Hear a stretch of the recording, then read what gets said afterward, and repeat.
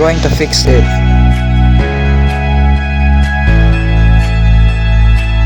I think we'll have a small delay on delivering our package.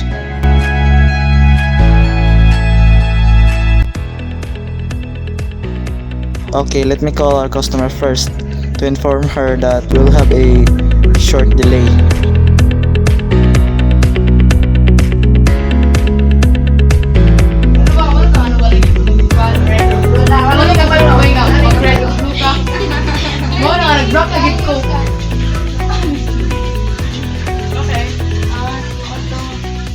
Excuse me.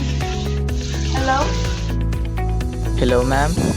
This is your delivery rider, James.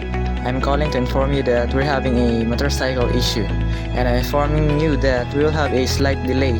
I sincerely apologize. Oh, I see. How long will it take? 15 to 20 minutes, ma'am, and we're trying to fix it.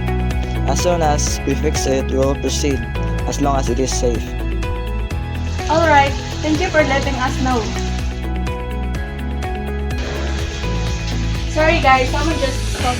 What happened? The rider called. Their motorcycle had a problem. At least they were being honest. Yeah, they can tell.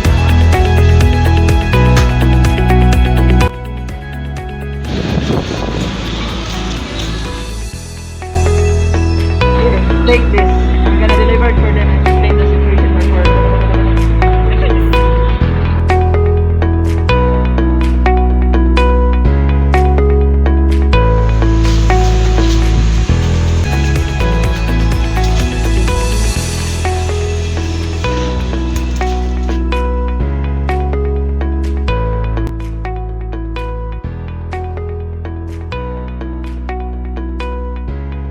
Good afternoon, ma'am. I'm your delivery driver. I'm sorry for the late delay because our motorcycle had a mechanical issue along the way. Thank you for explaining. I appreciate the answer. At least you did not just disappear. And the food's still warm. Thank you for your patience, and I truly apologize for the short inconvenience. Please ride safely next time. Yes, ma'am. Safety comes first, and thank you for understanding. Delays happen, but kindness and honesty makes the difference. Good service is not avoiding the problem. It's about knowing how you handle them.